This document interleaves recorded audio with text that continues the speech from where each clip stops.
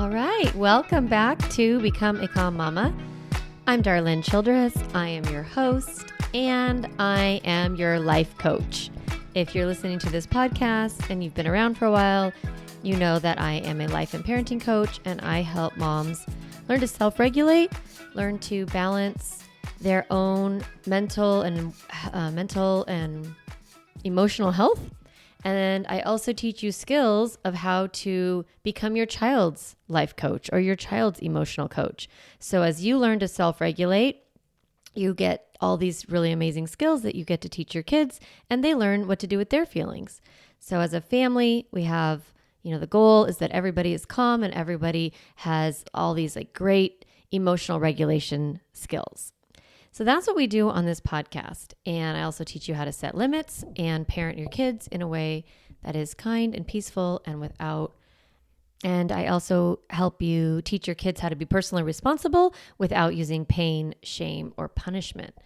So that's what we do on this podcast. And one of the things I'm going to talk about today is the concept of the inner child. You might have heard that if you've been in the self-help world for a while, or you've ever seen a therapist or anything like that. Sometimes you are, offered this language of what would your inner child need? How can you heal your inner child? What pain did you experience in your childhood, or things that you didn't get in your childhood that you can now heal or soothe today? And I love inner child work. I think it's really, really powerful. It's a really great way to access self-compassion and to really see yourself from that lens of kindness and love and compassion. And I've been thinking about this new concept. I've not taught it before. So this is new for the podcast. And I am calling it your child's inner child. And I've been thinking about how much of our work in adulthood is sort of going back into our childhood and healing our inner child, right? Healing from whatever we didn't receive in our childhood that we wished we had received, or forgiving and all of those things. One of the reasons I do the work that I do is because my life mission is to heal the next generation in advance, which is a pretty lofty goal. But the way I think about it is that if we all do our healing work now and we raise our kids in this compassionate model and we give them the tools that they need to emotionally regulate and to become emotionally healthy, that they won't have to spend a chunk of their adulthood healing from their childhood. That is my goal. It's my purpose in all of my work, is really to help you grow as a person and as a woman and as a mother and heal from your own experiences and really take excellent care of yourself so that you can show up for your kids in that kind, compassionate, connected way. And my belief is that we can raise our kids sort of trauma-proof, trauma-free. Now, we can't prevent pain. That is never the purpose of any of the podcasts that I teach you. But we don't want to intentionally inflict pain on our children because of our own stress response, because of our own dysregulation, right? So this idea of your child's inner child, I've been thinking about it. It makes me chuckle because it's such a funny thing. But right now, your child is living their inner child self, right? Like if you have an 8-year-old and 20 years from now, they're 28 years old. And then they go to a therapist and the therapist is like, what does your inner child need? Well, what they're tapping back into is who they were at 8. But you as the parent, you're there. You're there for the 8-year-old self. You're there for the 11-year-old self. You're there for the 14-year-old self. Right now, you are parenting your child's inner child. And so I've been thinking about this idea of how can you heal your child's inner child now? How can you love your kid and support them so that they don't need to heal their inner child later? Is that making sense? I hope so. So I'm going to give you some strategies that we often offer in life coaching and therapy work on how to heal your inner child. So I'm going to give you 2 strategies, 2 tools that you can use if you have emotional pain from your childhood or you've had some wounding that you have not yet healed from. Now, I'm not a therapist, that's not my role, but I am a life coach and I am here to offer you some tools to help you along your path.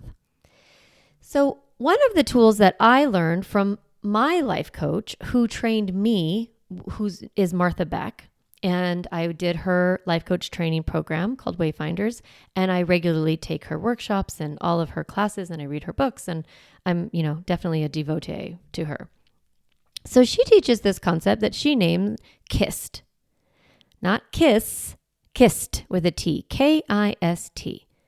And it is an acronym for kind internal self-talk.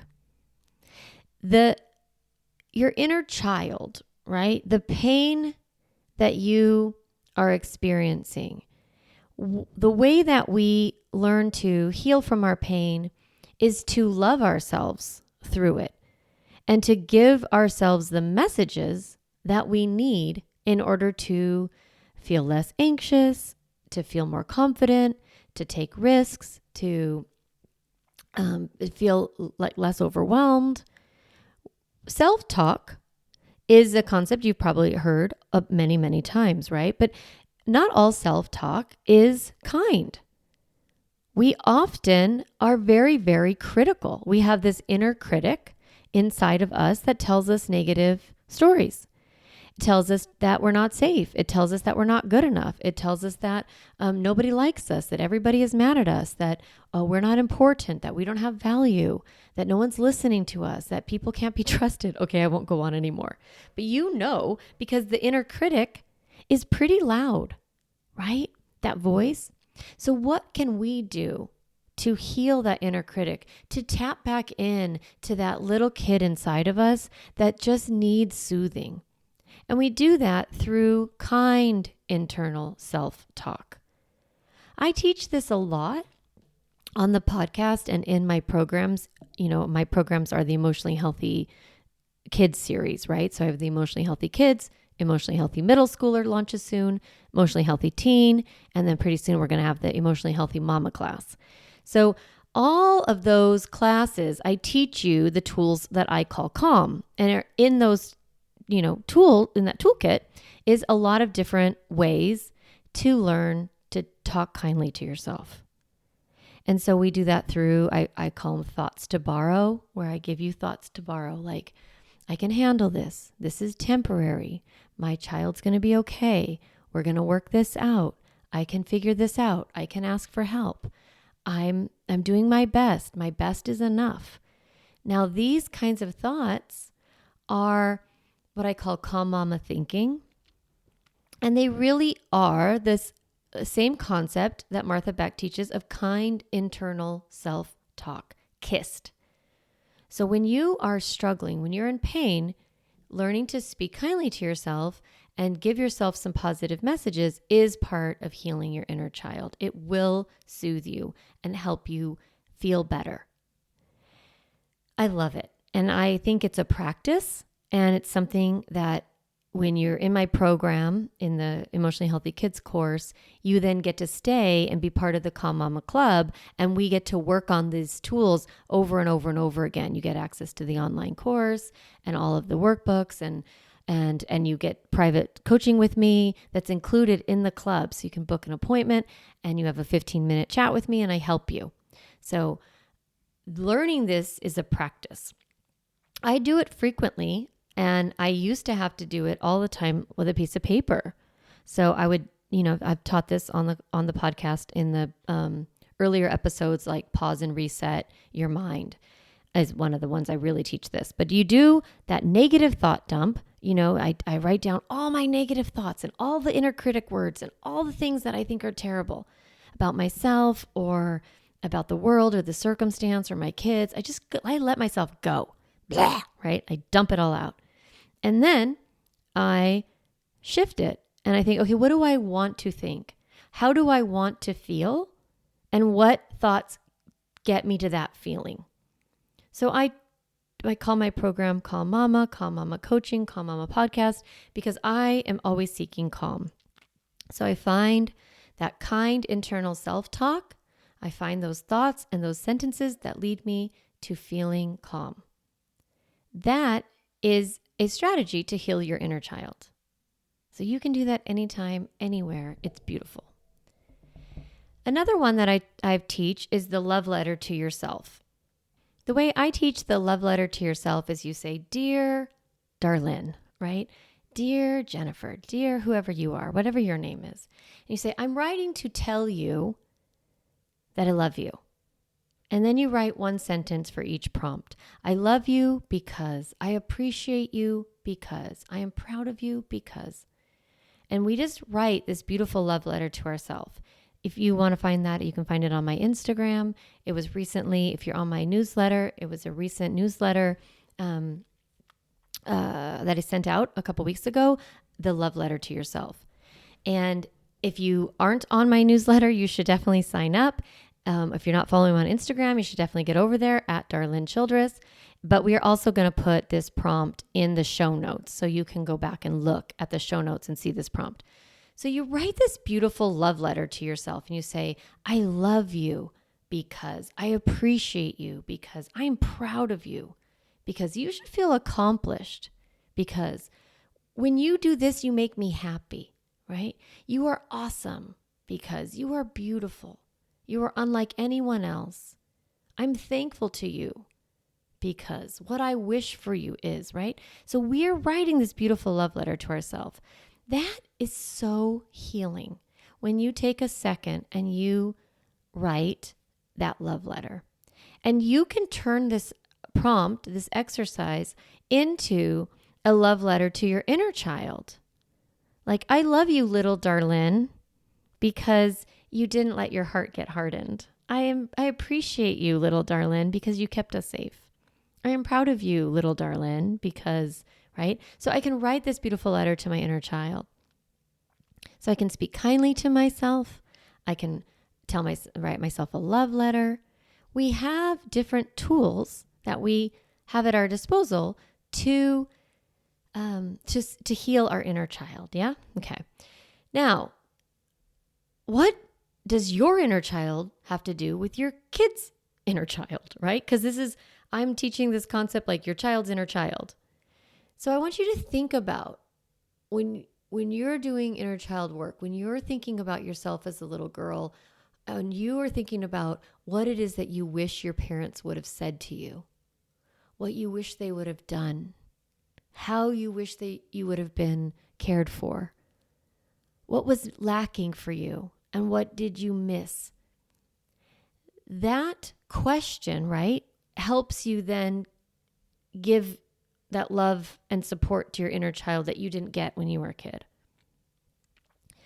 So when you think about your child now, a lot of us don't think from the perspective of, okay, this is my little kid is going to grow up and they're going to have an experience of being raised by me, right? They're going to have things that they might wish I would have said or wish I would have done. Now, you're not going to do this perfect. Your kid's inner child's probably going to need some work, whatever. That's fine. You don't need to do it perfectly. But what I'm offering for you is that you can right now, view your child from the perspective of 20 years from now. Like thinking of, okay, they're 8. How do I want them to think about their 8-year-old self? How can I love their 8-year-old self right now? What messages does my child's inner child need to hear right now? And you can practice that that kind internal self-talk, but instead of kind internal self-talk, I want you to think of it, instead of KISSed, I want to give you the acronym KEPT, which is kind external parent talk. I want you to think right now, instead of your child's internal self-talk, the dialogue that they inherit as their internal dialogue is really the dialogue that's been given to them. It's their inheritance. So you can have kind external parent talk. The way you talk to your child can be kinder.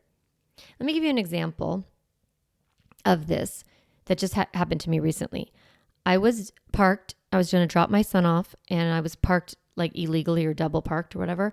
And he was telling me a story about his work experience, and he wasn't done, but I was done driving. So I parked, and then he was continuing to talk to me, and I could feel myself getting stressed. And then I was like, you got to get out of the car. I interrupted him. I didn't finish listening to him. I shut him down, and I was like, you got to get out of the car because of my own anxiety, right? I'm not wrong. But I was like impulsive. I just spoke, right? I didn't recognize, I wasn't kind. I didn't have kind external parent talk. I didn't say, hey bud, I want to hear this, but I'm blocking traffic. So would you mind getting out, right? Can you tell me later? I feel like as parents, we just get rushed. We just feel a little bit stressed, kind of under the surface all the time, which is why calm is so helpful. But just thinking like when your child makes a mistake, they have a bad grade, or they didn't, they forgot something, or they're asking you again to like play Minecraft and they've already played that day and you've already told them no. How can you speak kindly? It goes so far in your relationship with your kid, and it helps them internalize kind internal self-talk. So kept is kind external parent talk, which becomes kissed kind internal self-talk. So they're kept and then they're kissed. Yeah? Isn't that beautiful? Another tool is to take that love letter, right? And actually write it for your child. You can speak it out loud if you want. What a beautiful gift to say to your child, I love you because, and then you have this whole list of all the ways that you love your kid, all the things you appreciate about them, all the things you're proud of them. I call this the delight list. And I've taught this before on the podcast, but now I'm kind of teaching it slightly different because I want you to take that love letter to yourself and really apply love letter to my child. You can even think love letter to my child's inner child. What do they need to hear? What are they longing to be seen? How do they want you to view them? 10 years from now, what are they going to wish you would have said or done? You don't know for sure, but you can guess. And like, you're not going to do any harm by being extra kind. You're not going to do any harm by being loving, by acknowledging and appreciating who your child is. All of it is just beautiful and healing. It doesn't mean you're not parenting. It doesn't mean you're not setting limits and boundaries and following through with consequences and impacts if they make mistakes. Like all that is parenting, and you're going to keep doing that. And I'm offering to you some of the calm and connect tools that are much more about relationship. So when I think about the Calm Mama process, we have calm, connect, limit, set, correct. Calm and connect are the part of the process that is really about you and your child's relationship, your relationship with yourself, your child's relationship with themselves, and then how you interact. And then we have, of course, limit setting and teaching personal responsibility through correction. So we don't stop doing that, but we are improving our relationship and improving the way that we communicate our love. I know you love your children, like so much that it hurts and breaks your heart. I also know they make you absolutely bonkers crazy and you just can't even, like sometimes you don't like them at all. That's okay. But the deep love is what we want to communicate, not the dislike, not the disgust. I know you feel it. I feel it too sometimes. It's okay that you're a normal human. You're going to feel frustrated. You're going to feel annoyed. You get to have all those feelings. But the layer on top doesn't need to be that dissatisfaction with your kids, that disappointment. The layer on top of your life can be this kindness and this love and this compassion and this connection. Isn't that? I just think it's not easy work in terms of like the application of it, but the concept is easy to apply, right? I want to be more loving. I want to be more kind. Like those are really good parenting goals. That's not a problem. So my takeaway for you today is really about learning to love yourself and heal that inner child that's within you and give her whatever it is she needs. I was once taught by a coach that you can take a photo of yourself as a little girl and put it on, your desk or someplace in your kitchen or wherever you spend most of your time, and in your car probably, and put that photo up to remind you that you would not be mean to that little girl, right? You would speak kindly to her. What is it that she would like to hear? How would she like to be spoken to? Because she's in there, right? She's inside of you.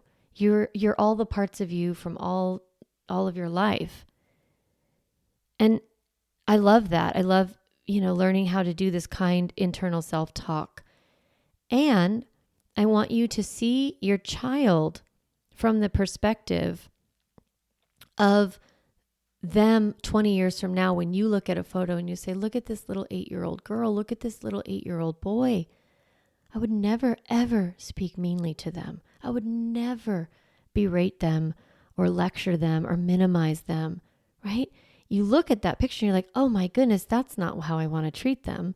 But in the hot moment, you don't see an 8-year-old. You see a frustrating kid who won't listen, right? You feel overwhelmed. So forgive yourself for that and just shift, even mid-moment. Shift into, how can I do kept here? Kind external parent talk. How can I give my kids words that are loving and kind that they can store inside their hearts? How can I tell them how proud I am of them? So you write your love letter and then you say it to them, or you hold that in your heart while you're with them. So a love letter to your kid, dear Lincoln, dear Sawyer, I'm writing to tell you how much I love you. I love you because I appreciate you, because I'm proud of you, because, and just really spend time. What I wish for you is, I'm thankful to you because you are unlike anyone else, because you are beautiful, because. Write that love letter to your kid. Speak it to them, or just like, sometimes when my kids were really little, as I don't really do this now, but I would go in their rooms, not really little, like up to like 12, like, they fall asleep. And I would go in their room and I would just like almost pray these thoughts for them. I would just sit next to their bed and just think these thoughts next to them. I just say, I love you. I'm proud of you. Because sometimes it's awkward to say it, they're like, well, okay, fine. But it was just a practice. It's almost like a meditation to your child. Isn't that beautiful? So that's my offering to you this week, is to think about how you can have more kind external parent talk, how you can show your love more, how you can see your child through the mind's eye of the future and treat them the way that you would want your parents to have treated you. To look at your child and think, in the future, what will they wish I would have done in this moment? What will they wish I would have said in this moment? How do they wish I would have spoken to them? And try to shift into that perspective now. So healing your child's inner child now. Healing your child's inner child in advance of their adulthood. That is so beautiful. I'm so excited to share this concept with you. I know that it's odd, but I also think it's so valuable and so amazing to be able to share, for you to have this perspective right now as you parent your kids. Because, every parent who's been through it already, they're like, savor it and it goes fast and it's don't sweat the small stuff and don't cry over spilled milk and whatever, right?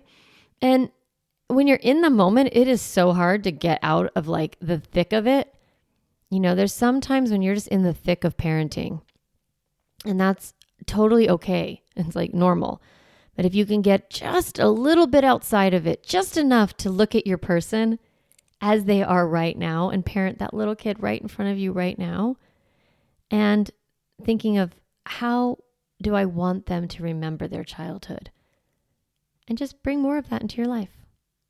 So I'm just loving you. I'm loving your inner child. I'm loving my inner child. I'm loving your children's inner child, and just thinking so much about all of you, especially as you transition to the new school year and, wrapping up the summer and some of the tension that comes up in the beginning of the school year, just holding that this is their childhood. This is their inner child experience, and loving them as you wish you were loved. Okay, everyone, I hope you have a great week, and I will talk to you next time. Hey mama, if you enjoyed this podcast episode, I want to encourage you to do two things. The first is go to my website, calmmamacoaching.com, and get a copy of the Stop Yelling cheat sheet. You'll get a step-by-step breakdown of the most important tool I teach, which is the pause break. And you'll also get 40 ideas to reset your body and balance your nervous system so you don't have to yell at your kids. You can get a copy of that, again, at my website, calmmamacoaching.com/stop yelling. The other thing I'd love for you to do is go to Apple Podcasts and rate and review this podcast so that other moms can discover empowering and helpful, practical parenting strategies just like you did today. Thanks so much for listening to the podcast. It means a lot to be in your ear every week and to support you on your parenting journey.